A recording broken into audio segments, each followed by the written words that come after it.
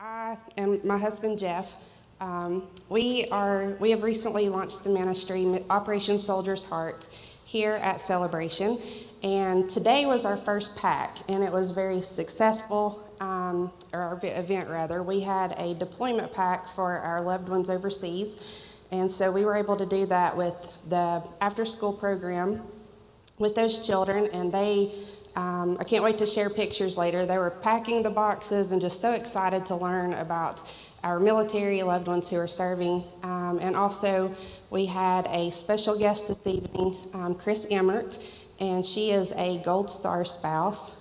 Chris and I have been friends. We've been talking over the past year. My friend Dawn introduced us last year. And so we've been speaking back and forth, and I just knew that once we launched the ministry, that we wanted to have Chris for our events. So we are very blessed and honored to have Chris with us tonight. We also have Julie Voudray. You may know her. She co-authored Chris's book, Providing Promise. And so we're going to ask Julie to come up and say a few things, and then Chris will be bringing you her powerful story.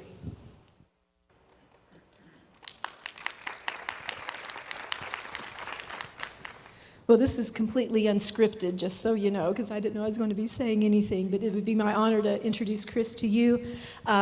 Before I do that, I think just to give you a little background on how she and I got together, Becca Perry knew that I had co-authored a book with someone before, and she's good friends with Chris. And so Chris was talking to Becca about her amazing story, and Becca's saying, "You need to write," and Chris says, "I'm not a writer." And Becca knew about me, and so it was just one of those little things that, you know, when you look back at it, you can see the hand of God and how He brought things together. And so I'm just, it's one of my greatest privileges that I've had so far in my life is being able to help Chris bring to birth this amazing story that she has. And it's not just a story, but it's really a message of hope and grace for anybody. You don't have to be someone who's lost a spouse or gone through that level of loss, but everyone has lost something. And everyone will lose something. That's just life. And so walking alongside Chris through the process and just seeing the amazing work of grace that God has done in and through her, and just seeing the way that she connects with people, she knows where the low spots are. And she's always there for the one. As we work together in the book, and sometimes it was into the wee hours of the morning. If you do get to read the book, the scene, the most intense scene of the book, I actually wrote that at the time it actually happened. I couldn't go to bed until John was dead. I just had to do that. But I lost my train of thought there for just a second. The main point being that this was a book that we labored hard on because we knew there were hurting people out there who needed a message of hope. And the tears that we shed and the countless hours of working together and writing and late night edits and all of those things, the whole way through, I know both of us would just stop and pray and say, "God, this is for the one. We will do this for that one." And there's going to be a few ones here tonight. There's going to be some of you that maybe there's some pain that's back there, and it might be back there a long way, and it might be underneath a lot of stuff. But God knows it's there, and He cares about all of those things, and He wants all of us to walk in healing and in wholeness. And so tonight, I'm excited for you. If you don't know the story, you're going to love to hear Chris. She has quite an amazing background. She's been a public speaker for many years. She's been a college professor teaching about speech and media and all of those things. She's married to a wonderful pastor, Joe. And some of you that had kids that went to Camp Placid might know of the Camp Pastor Joe that was there for a number of years. That's her husband. Her daughter Mackenzie taught dance here and worship art, so they have a lot of connections to Celebration and to this area. So I would like for you to join me in welcoming Chris Rystrom Emmert.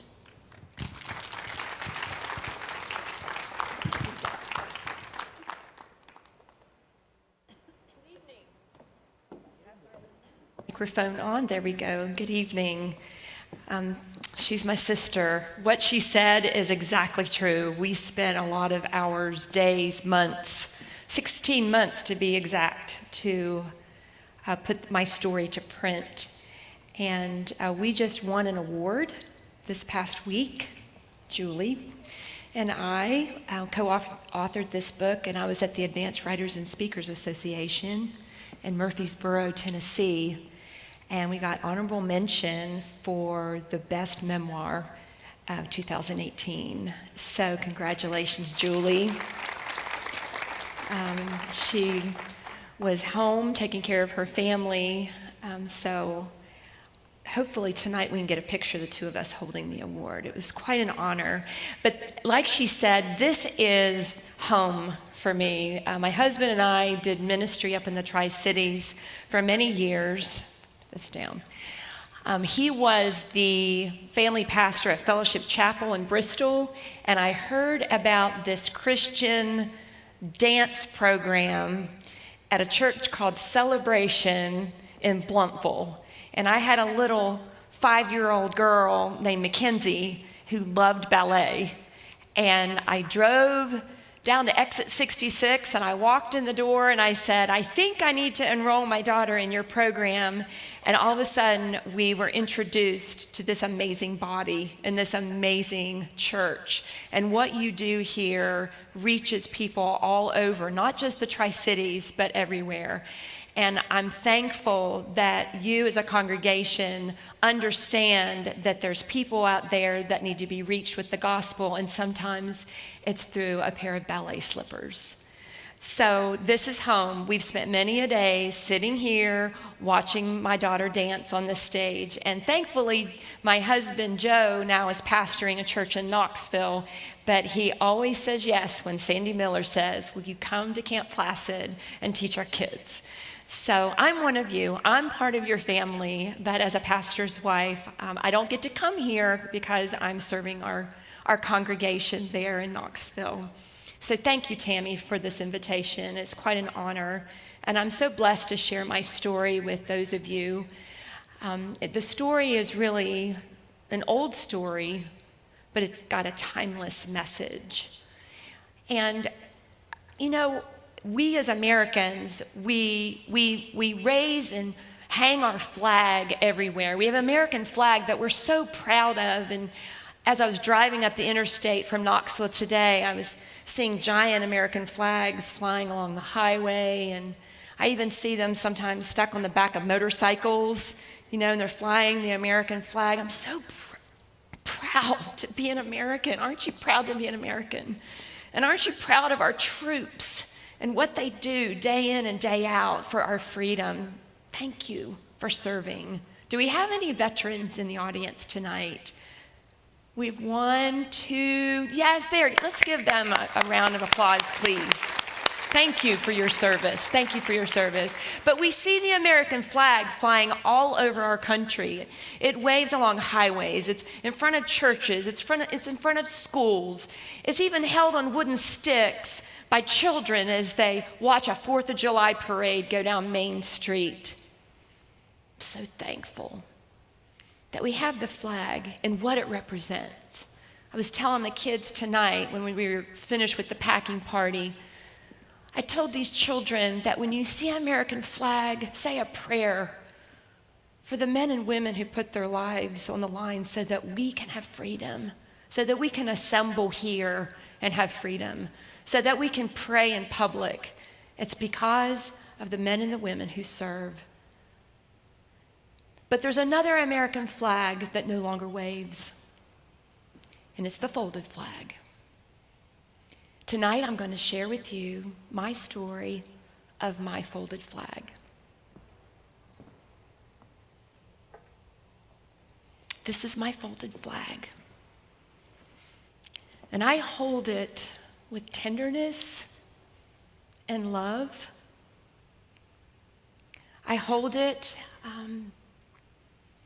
with a memory of heartache, but also a memory of unconditional love and the healing that Jesus Christ did in my life. For some Americans, the folded flag stands for honor and service and sacrifice. But for me and my little girls, our folded flag stands for a love lost, a family completely ripped apart, and dreams and hopes shattered. This is the story of my folded flag. I was raised in a Christian home, and I was taught at a very early age about the love of Jesus Christ. And I gave my life to my Savior when I was a little girl in Charleston, West Virginia. Was baptized at our little Bible church. And I started living this life of being a Christian, a little girl who was a Christian, but I didn't understand about lordship. You know, children don't really understand about complete surrender. Instead, many children, they accept Jesus into their lives because they want an insurance policy that they're not going to go to hell when they die. And that was me. So the older that I got and the more that I went into school, I started realizing that I wanted to call the shots in my life. Does anybody understand that? Does anybody know what that feels like? That you have this like lucky rabbit's foot in your back pocket because you don't want to go to hell when you die, but you only pull out your Christianity card when you need it. Like, oh, I'm going into a test. I need to say a prayer. Going in, maybe for you all, going into a job interview or whatever that blank is that you have to fill out. You pull out the lucky rabbit's foot and you say your prayer because you're a Christian and God's going to take care of things. That's how I was. I lived this life of me being on the throne of my life, not Jesus being on the throne of my life. So I'm climbing this ladder of success. I got to go to Wake Forest University on an academic scholarship, was a varsity cheerleader for them because I was living the perfect life. And I thought that perfect people get perfect blessings, and the calamities of life that are out there don't reach the perfect people of the world. So I went into graduate school. I was the youngest student at my graduate school at Regent University, where Dr. Russell, he got his PhD there at Regent, so we have this sweet common relationship with Regent University. But I was climbing this ladder of success and trying to build this life on my own, not understanding about lordship. So I was in Virginia Beach. I had started my first job as an advertising account executive. I was going to live in the world of advertising and marketing, and I was going to climb this ladder of success and business, but I had my lucky rabbit's foot in the back pocket in case I needed him. Well, while I was in Virginia Beach, I met a man by the name of John Rystrom. He was a lieutenant in the United States Navy. And we fell in love very quickly, and we realized that we wanted to get married. So John and I had a military wedding, beautiful, beautiful military wedding along the coast of the Atlantic Ocean on the beach. And we had the swords, and that picture is so fun because right when I was stopped there at the end of the sword arch, the guy on the end took his sword and he swatted me on my behind and said, "Welcome to the Navy, Mrs. Rystrom," which is a tradition. Of course, John never told me that was going to happen, but that was fun. And on we went to start our perfect life as a military couple. And we went to San Diego, California, where John was stationed at Miramar Naval Air Station. And if anybody knows Miramar, that's where Top Gun was filmed. So that was pretty cool, to be living along the F-14 fighter wing of Fightertown, USA. But my husband did not fly jets. He flew a very boring plane. It was the E-2 Hawkeye. And for any Navy people here tonight, the E-2 is a plane that's a turboprop, and it's kind of slow and Dopic, and it's definitely not a sexy fighter jet at all. But it does land on aircraft carriers, and it has a tail hook that when it comes into land, it will catch that arresting wire on the aircraft carrier into a controlled crash. But it's the most important aircraft in the Navy. I'm going to give you a little education about the E-2 so that you can appreciate this, because you don't really see it on the news. And it's called the Hawkeye because it's the eyes and the ears of the mission. It's the first to take off of an aircraft carrier, and it's the last to land. Because that radar dome on the top, see that flat pancake? John called it the flat pancake. That is a very important part of that aircraft, and it looks out into the sky, and it looks at the F-14s and the A-6s and all the fighter jets that the aircraft carrier houses, and it tells, the E-2 tells the jets where to go and what to do. They are the quarterback of the air mission. So that scene in Top Gun, for those of you who have seen that, came out in 1986, so it's definitely dating me. But there's a scene in Top Gun where Tom Cruise is in his jet and the Russian MiGs are coming after him and he's freaking out. Y'all go like this if you remember this. And he's going, no, they're coming after me. Oh, I didn't see them coming. That doesn't happen in real life, ladies and gentlemen, because of the E-2. So I always kind of have prided myself knowing that John had the most important job in the Navy, at least in the air. But he also had the most dangerous job in the Navy because he had to get on an aircraft carrier and land on it and come out alive. So John and I had this really special marriage. We wrote letters to each other every single day because we made a promise to each other. You know, a lot of military families don't make it. They don't make it because of the separation and because of deployments and long deployments. And John knew that, and so we made this promise that we were going to write letters to each other every single day that he was deployed. Well, as we were going through our military life, we decided that I was going to hang up my professional career and I was going to become a stay-at-home mom when we first had our first baby. And Jordan Rystrom was born in Omaha, Nebraska, of all places, but we had an Air Force tour, Joint Chief of Staff tour, where he was escorting President Bush around the world. So our daughter was born. I was a stay-at-home mom, living the perfect life. Living the perfect life. Went to church. We sang in the choir. We taught Sunday school. We were in Bible study.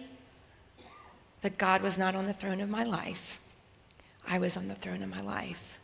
And we were living the perfect life. Then we got stationed in Norfolk, Virginia, and we had another baby, our little girl, Taylor. So I was a stay-at-home mom of 2 little girls.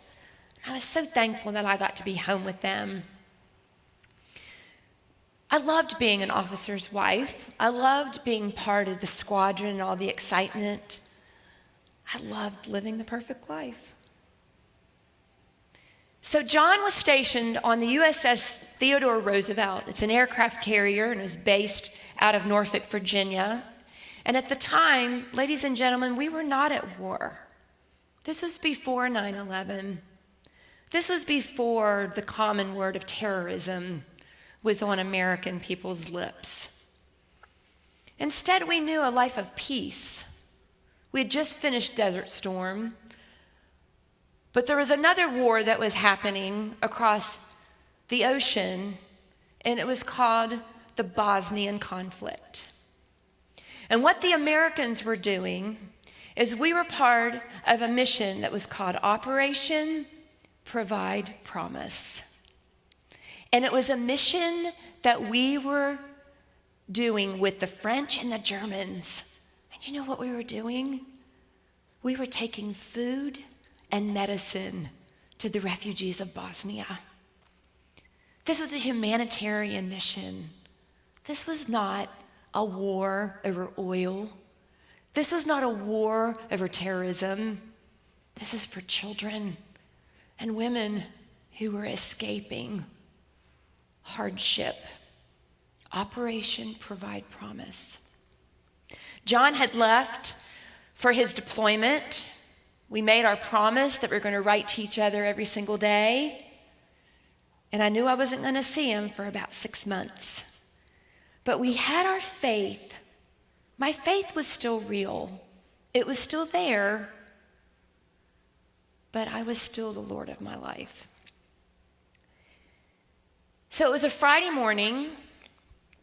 I had dropped off my 3-year-old daughter, Jordan, at preschool, and I had my 7-month-old infant daughter in her high chair in our kitchen. And I had just sprinkled some Cheerios on her tray for a little morning snack. It was about 10 o'clock in the morning. And I heard my dog stir by the front door of our house. We had just built this beautiful, brand new custom home in Chesapeake, Virginia. Beautiful brick, gorgeous Georgian-style home. Living the perfect life, right? So I was in my kitchen, and I heard my dog stir by the front door of these beautiful double doors. And I glanced up from my kitchen, and I saw naval stripes go by my dining room window. You know, the stripes that are sewn on naval officers' uniforms, the dress blues, as John would always refer to them. You know, and for an instant I went, what are naval officers doing coming to my door on a Friday morning at 10 o'clock when John is deployed and he's at sea? So I'm standing there in front of my daughter's high chair, and they rang the doorbell, and I go around out of the kitchen, and I'm heading toward the front door, and through those glass frosted windows of our double doors, I could see all these military stripes. And I reached and I swung open the door, and there stood naval officers, grown men, with tears streaming down their face. They didn't have to say a word. But they were there to tell me that my husband's plane had crashed into the Ionian Sea the night before. They had searched all night long, and they couldn't find the plane or the crew. These men in stripes were there to tell me that my husband was lost at sea and that I would never see him again. These men in stripes came to tell me that the military had declared the plane missing and the cause of the mishap is unknown. They had no answers. And I went, Aren't you the Navy? Aren't you the Navy that protects us here at home? What do you mean you don't have any answers? What do you mean you can't find the plane? What do you mean you can't find my husband's body? Aren't you here to protect us? In an instant, I went from being a stay-at-home mom and an officer's wife to being a single mom and an officer's widow. I became a Navy widow in an instant. And all of a sudden, ladies and gentlemen, my perfect life completely shattered in front of me. No answers. And I'm here before you today, 26 years later, and I still have no answers. I have a JAG investigation that Julie and Jeff Voudray read through probably 3 times. It's thick. And the first sentence of this JAG investigation says the cause of this mishap is unknown. Freedom. Freedom. I'm here to tell you that freedom isn't free. There are men and women who are sacrificing their lives every single day for our freedom. But tonight I'm giving you a message of hope. And as I tried to navigate this new world that I had all of a sudden gone through, I want to give you this message of what God taught me. We were all over the news. There were 5 men that lost their lives during a time of peace. We were all over CNN. At the time, Clinton had just come into office. I had him come over CNN, sending me his condolences when he heard of the missing plane off the Theodore Roosevelt. Our family was thrown into this worldwide stage uninvited. I didn't want to be the woman on the front page of the newspaper holding the folded flag. And I certainly didn't want my daughters to be on the front page of the paper at their daddy's memorial service. But this was my new life. I was now a Navy widow at the age of 31. John gave his life when he was 38 years old. No answers. So when you go through life and life hands you a folded flag, what are you going to do with the lucky rabbit's foot that's in your back pocket? What are you going to do with your Savior? Every single one of us gets handed wreckage at some time in your life. I got 2 pieces of a plane that floated to the top of the ocean. Every single one of us in this room gets handed a folded flag at some time. Your folded flag isn't going to look like mine. Whatever that is, maybe it's a diagnosis from a doctor. Maybe it's a marriage that's fallen apart. Maybe it's a prodigal child. Maybe it's a financial loss. Maybe it's devastation that you never expected. What are you going to do with your faith? And what are you going to do with Jesus? And where are you going to find hope again when you think that you have no hope? H. Hold on to the truth. Hold on to the truth. Your faith may be as small as a mustard seed, but hold on to that mustard seed. The Lord tells us in His Word, He gives us promises that He's never going to leave us or forsake us. And you know what? He doesn't. We have a choice to make when we're faced with the calamities of life. And I had a choice that I had to make. I had to make the choice as to, am I going to turn my back on God because He let this happen? My little girls will never know their dad. I had to look into the eyes of my 3-year-old daughter and tell her that her daddy wasn't coming home ever again. I had to look into the eyes of my 7-month-old baby, knowing that she was never going to know her dad. So how can I hold on to a faith and to a God when every single night He was gone, we would pray for His safety on the airplane? How am I going to tell my daughter that that prayer didn't work? Sorry. Daddy's plane broke and Daddy died last night and he's not coming home. How do you hold on to the truth? But God tells us in His Word that He loves us.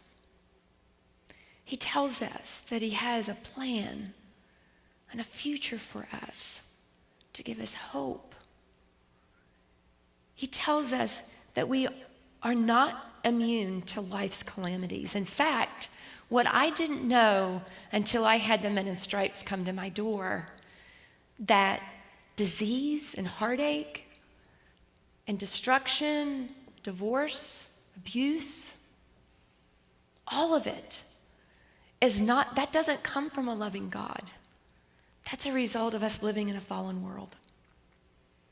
Because we have sin in the world, we get handed wreckage. And it's what you're going to do with a Savior when you're handed wreckage. So I had the choice that I had to make. I either had to turn my back on a God that says he loves me out of anger and bitterness and say, you allowed my husband to die. You allowed this to happen. I don't believe in you anymore. I had that to choose, or I turned my back to a God who offers me comfort, who offers me grace, who offers me love. He's the great physician, the great counselor, and he's the provider. My husband died during Operation Provide Promise, but my Lord is my provider, and he gives me promises in his word that he's going to be the father to the fatherless, and he's going to be the husband to the husbandless. And I clung on to those scriptures. My life was shattered, but I had 3 things. I had 2 little girls, and I had a Savior who said he was not going to let go of me. Hold on to the truth. The O in hope is open your heart to others. And what happens is when you're going through difficulties in life, whatever that may be, is we want to put our head in the sand and we want life to pass us by. We don't want to talk about it. We don't want to deal with it. We just want life to go on, and we put our smile on our face, especially when we come to church and people say, how are you doing? I'm so sorry you lost your spouse. How are you doing? How are the girls doing? And I would smile and I would say, fine. I'm dying inside. But I started opening my heart to other people. I started reaching out to other widows of the community. I started being open to the people that God would bring into my life. I called them my rays of sunshine. They would make phone calls to me. They would come and babysit my children. They would come and make cupcakes on Valentine's Day with my girls. And they would come to my house and decorate my Christmas tree on the first Christmas without my John. You may not be going through a difficult time right now, but I guarantee you know somebody who is. And God may be giving you a little nudge to say, they need you. Listen to that nudge. You could be the ray of sunshine in someone's life. You could be the person to make the cupcakes for the little girls who've lost their daddy. Listen to those nudges. God calls us to be the hands and the feet of Jesus. Thankfully, Tammy heard that nudge, and she said, there are men and women that are overseas that need a box of love. And thankfully, Celebration Church listened to her heart's tug and said, we want to stand behind you, and we're going to be a ray of sunshine to a man or a woman that's serving our country. Oh, open your heart to others. The P in hope is position yourself for obedience. And that one's hard. That one's super hard. God calls us to obey him, even when we don't feel like it. It's not an emotion. It's being obedient to a Father who loves us. When you pass through the waters, I will be with you. And through the rivers, they shall not overwhelm you. When you walk through the fire, you shall not be burned. And the flame shall not consume you. At some point, ladies and gentlemen, I felt like the fire was burning me. My walk in widowhood was not easy. I did go through depression. I did seek counseling. I laid in my bed many, many nights, crying myself to sleep, holding on to my husband's Bible. I spent many, many days weeping over my children, knowing they were not going to ever know their precious, sweet, loving daddy. But I knew I had a Savior that was carrying me through the waters. He was carrying me through the fire, and I held on to that. But I had to be obedient, and that meant when the doors were open at church, I walked through them. Some days in the pouring rain, some days through the ice and the snow of the Tidewater area, but I had my baby on my hip and my toddler in my hand, and I walked through those doors because God told me to. He said, read my word. I didn't want to. I was crying, but I did because God told me to. He said, reach out to other people who are hurting. I didn't want to, but I did because God told me to. So position yourself for obedience. Stay obedient and watch what he does. Watch what he does with your life. Would I have ever thought on those nights that I was not even able to breathe, that I'd be standing on a stage sharing my story with you 26 years later? God's got a future. The E in hope is embrace the past and face the future. So I had to embrace the past. I had to deal with it. I was a widow. The W word. Some of you may be carrying another label. C for cancer, D for divorce, A for addiction. Those labels that you place on your forehead are not placed by a loving God. They are placed by an enemy who wants to trip you up. You need to lay those labels at the cross. He shed his blood for grace so that we can live in freedom and victory. A ray of sunshine that happened, I wanted to share this just briefly, was right after John was killed. I got a letter in the mail from the White House. It wasn't from Clinton, even though I did get a letter from Clinton. I have it out there. But actually, this letter came from George Bush. And he was sending me his sympathies over John's death. And I wrote him back, and then he hand wrote that letter to me from Kennebunkport, Maine. After reading your July 27th letter written from the heart, I know that your abiding faith will carry you and those kids forward into a life of new happiness. Sorry. John must have been a great guy. Love from the Bushes, George Bush. Isn't that so cool? A ray of sunshine in my grief. So then I wrote him back, and then he wrote me back, and so all of a sudden I'm pen pals with President Bush. Isn't that cool? Well, he was coming to Norfolk to speak, and this was probably, I was into year 2 of my grief. And I wrote to him, and I invited him to my home for coffee. Why not, right? He was my pen pal. So I wrote him this letter, and I said, this was before email, by the way. And I said, I would love to have you over for coffee or lunch. If you have some time in your busy schedule when you come to speak in Norfolk, there are many military widows who would love to meet you. I didn't hear from him. I would love to tell you that he came to my house and we had coffee and lunch together and had this great picture to show you, but it never happened, but that's okay. So I just sighed, and I bought a ticket to go hear him speak, and I was getting ready, and my mom was there at the house because she was going to babysit the girls as I went to go hear President Bush speak. This is Bush Sr., by the way. And my phone rings in my kitchen. This is when we still had the kitchen phones, you all know, hanging up on the wall. And I answered it, and there was a man, and he said, may I please speak to Chris Rystrom? And I said, this is she. And he said, please hold for President George Bush.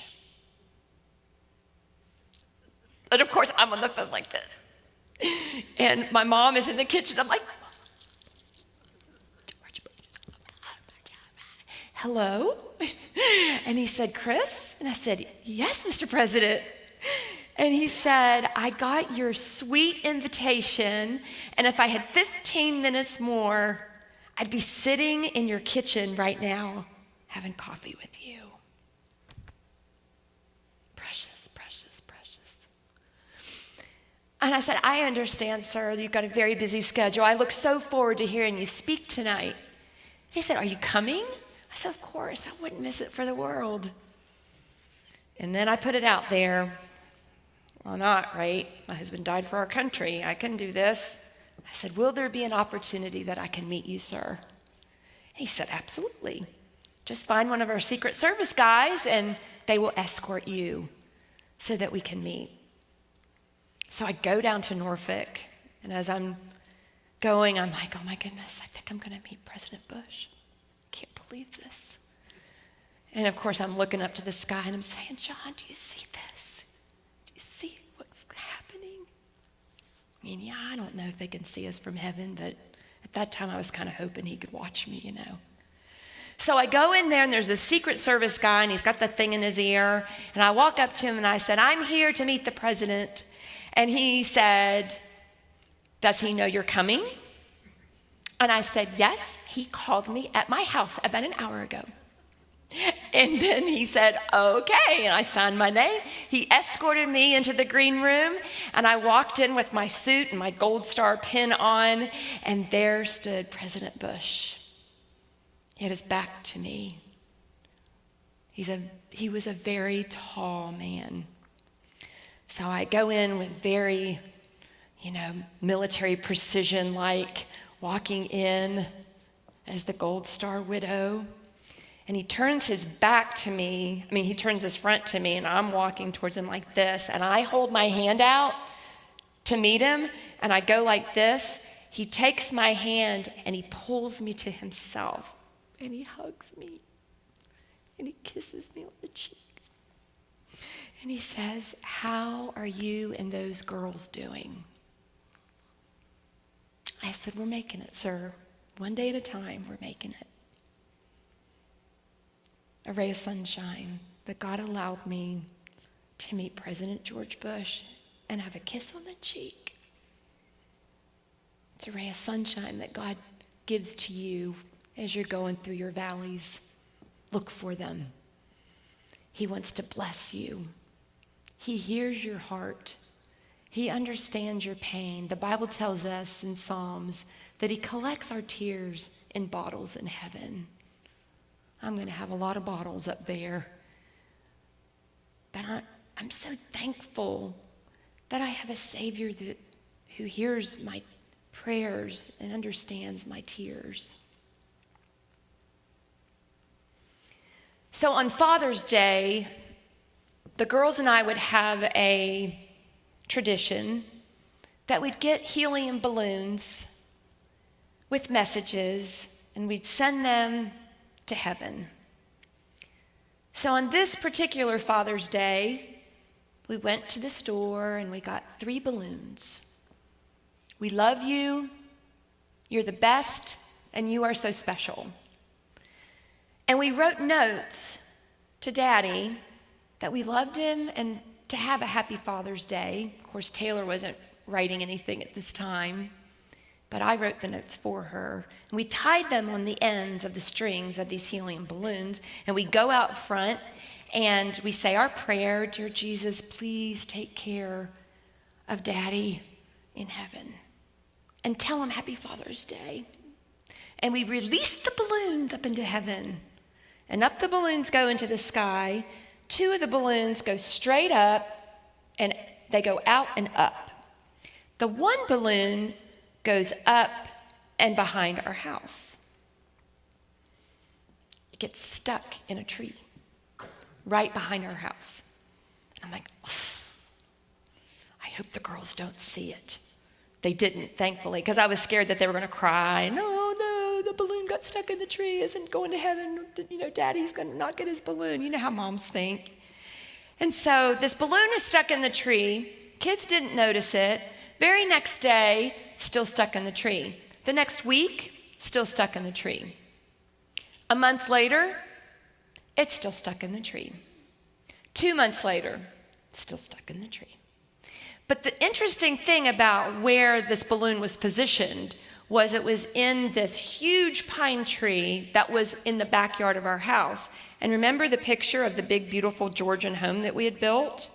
Well, the master bedroom was on the second floor, and we had this ginormous palladium window that overlooked our backyard because we backed up to the wetlands. There wasn't anybody behind us. And I had all these beautiful trees that I could look at when you would go into this bathroom. Well, guess what I could see right outside my window? The balloon. So every day that I would go into my bathroom, I would look at this balloon. Month 3, it's still stuck in the tree. Month 4, it's still stuck in the tree. And I'm kind of having this wrestling match with God, and I'm kind of going through this stuff saying, why are you allowing this balloon to stay in this tree? Because it's just a reminder that I have a dead husband.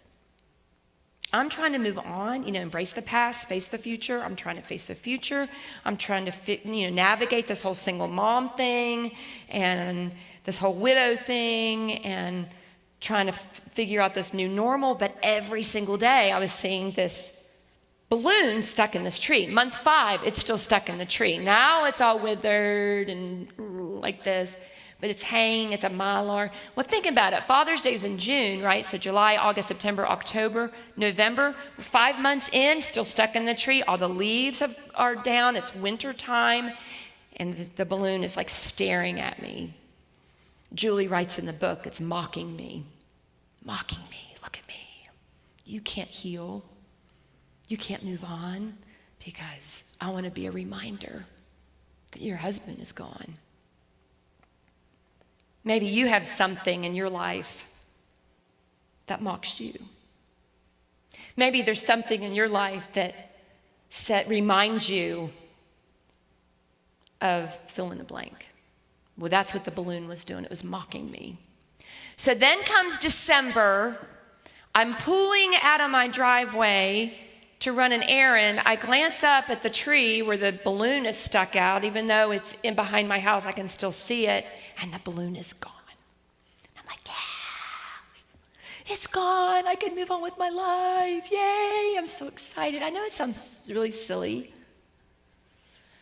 It's a true story, and it was just this weird thing with this balloon. So I'm driving out of the neighborhood. Julie's been there. She knows where it was. It's about maybe half a mile from my house. I'm driving. You have to drive through these different streets of my neighborhood in Chesapeake, and the balloon is stuck in another tree. Truth, no lie. Up in another tree, there's the deflated Mylar balloon. So then I'm back arguing with God. Why are you doing this? Why are you reminding me of this? Why can't I move on with my life? Just this internal dialogue I'm having, because I know the kids would think I was crazy if they'd heard me actually say that out loud. So then January comes along, and grief is very difficult in the wintertime. If you know of anybody, or if you've ever walked through grief, wintertime is the hardest time. And even though I was in year 2, my grief was hitting even harder than it was in year 1. So this one particular night, it was dark, it's cold, winters are.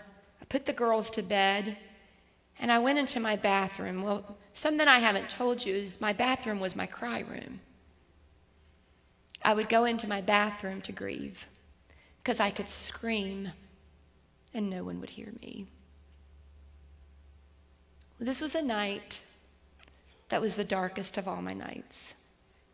And I was on the floor, on the tile, in my bathroom, with my husband's Bible and his bathrobe, and I was weeping and wailing, and I was crying, and I was praying, and I was asking God to bring him home. I said, do you hear me, Lord? Please bring him home. Please bring him home. I cannot do this one more day. I cannot live this life one more day.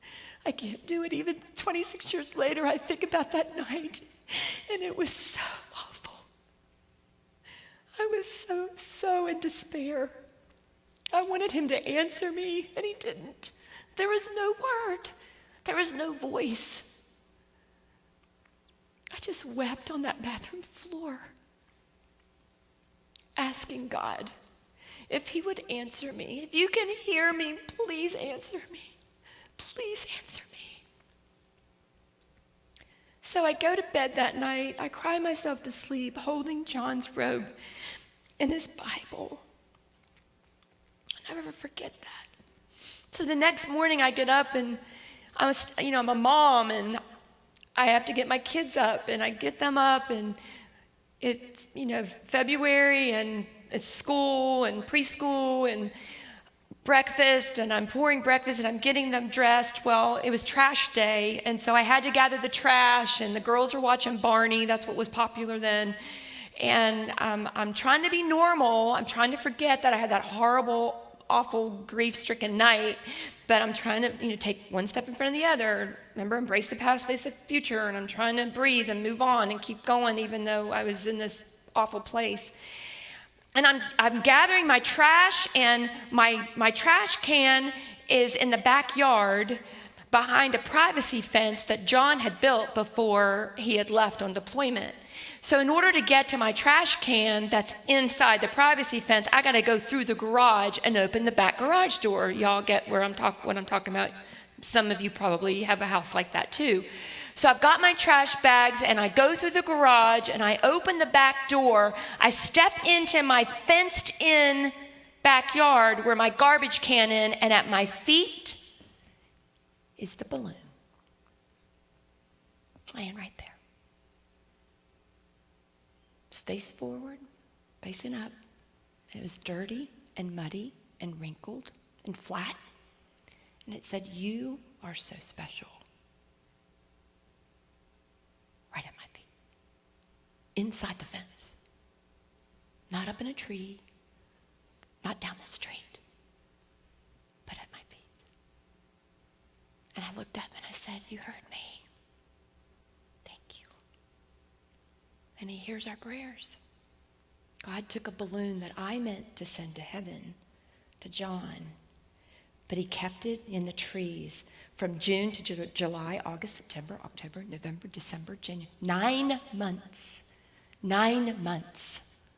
Until this child of the King wept and said, "Do you hear me?" And he took that balloon. I don't know how he did it. I can think of Jesus walking down my seagrass reach and opening up that back door and sticking it. I'm going to meet her at the trash can.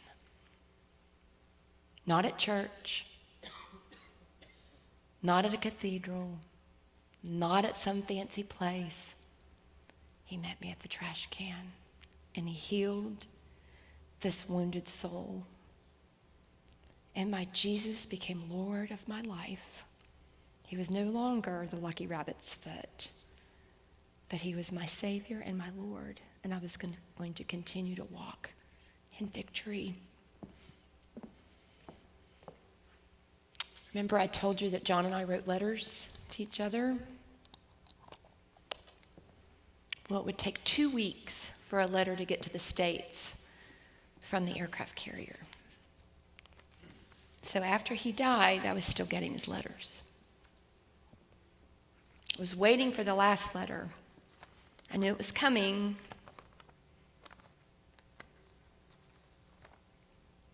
I'm going to read to you parts of his last letter. It's written on the USS Theodore Roosevelt stationery. And on the back of this stationery, he put a little mark right there of where they were. And that's where my husband is.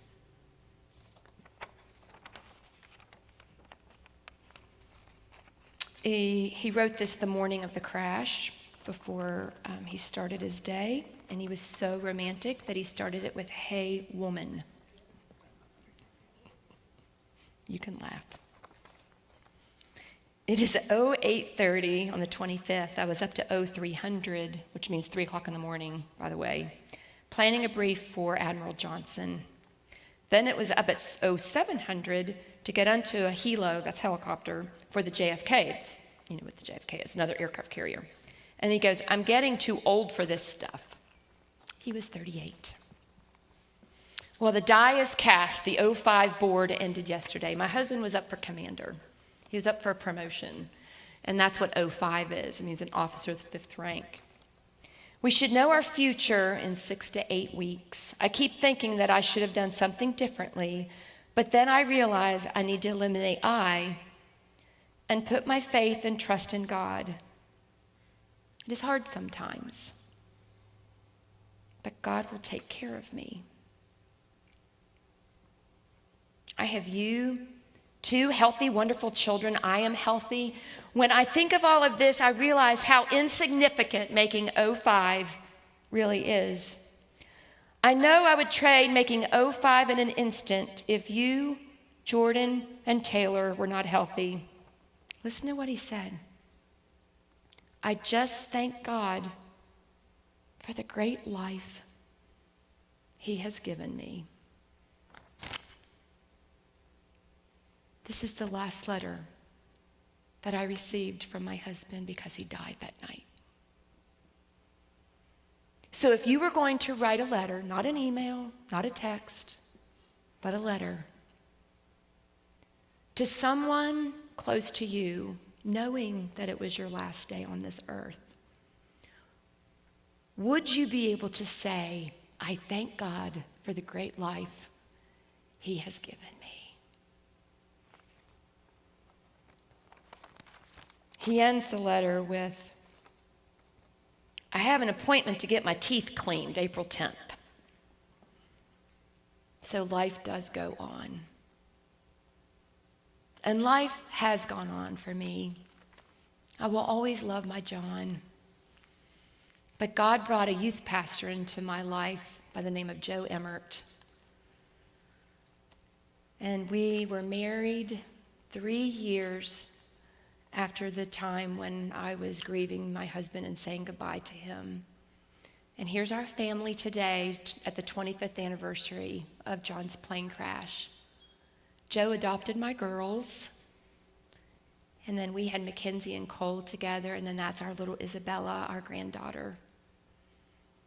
Life does go on, and God takes us through those journeys, and he takes us through our heartaches, so then we can minister to others, so we can be the rays of sunshine. So when you see a flag, I want you to think of my folded flag. My wound has healed with grace and love over time. But when you see the flag, please pray for our troops. And please pray for the families who are left behind. Yesterday, I had the privilege and the honor of meeting a man by the name of Carlos Evans. His legs were blown off by a roadside bomb in Afghanistan. His hand was blown off in this bomb. I met him yesterday. He's a man who loves the Lord, and he's sending his message of hope around the world. So men and women are being wounded and giving their lives for our freedom every day. But God gives us promises.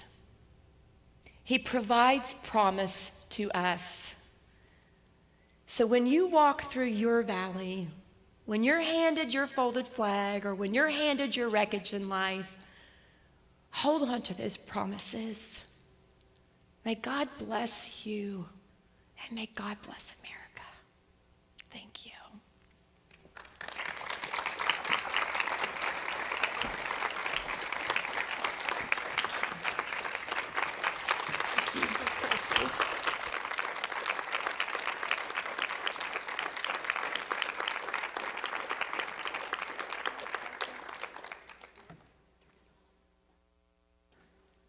There we go.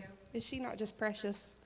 I got to hear Chris's story for the first time last fall. She was here for our Ladies Live It Up. And just hearing that story, for our Gold Star families, our military families obviously are just near and dear to our hearts. our Gold Star families especially, because they've paid that ultimate price, and freedom is not free. So when you see a Gold Star spouse or a Gold Star mom or brother, father, whoever it is, take time to ask them about their loved one. They want to share. They don't want them to be forgotten. We want to take that time to remember them, to honor them and respect them, and speak their name. For them, Memorial Day is every day. It's not a happy day. So do take the time to reach out to those families and to ask about them. Chris has 2 tables set up in the back. She has some T-shirts and her book. You've got to get your hands on that. The books are $20 and the T-shirts are $20, but tonight only, she's offering both for $30. So stop by and meet her and check out what she has on the table, and I'm sure Julie will be there with her as well. And we thank you all so much for coming out tonight. Thank you. Have a good evening.